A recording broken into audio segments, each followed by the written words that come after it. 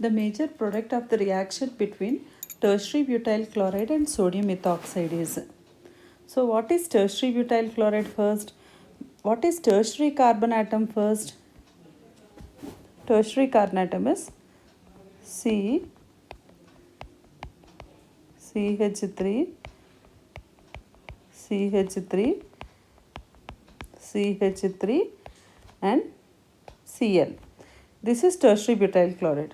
This carbon atom is tertiary carbon atom because it is in turn bonded to 3 different carbon atoms.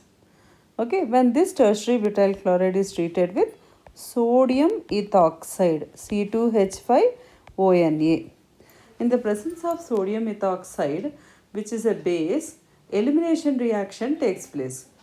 In the presence of a base, the elimination reaction takes place. So what happens? It loses a molecule of HCl, means dehydrohallucination takes place.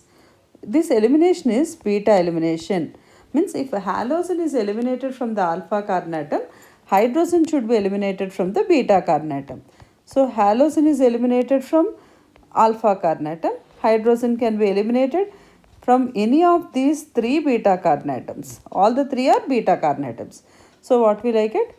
C double bond CH2.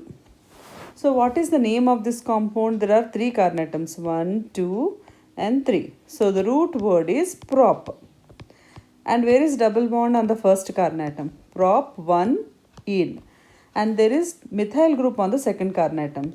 So 2-methyl prop 1 ene.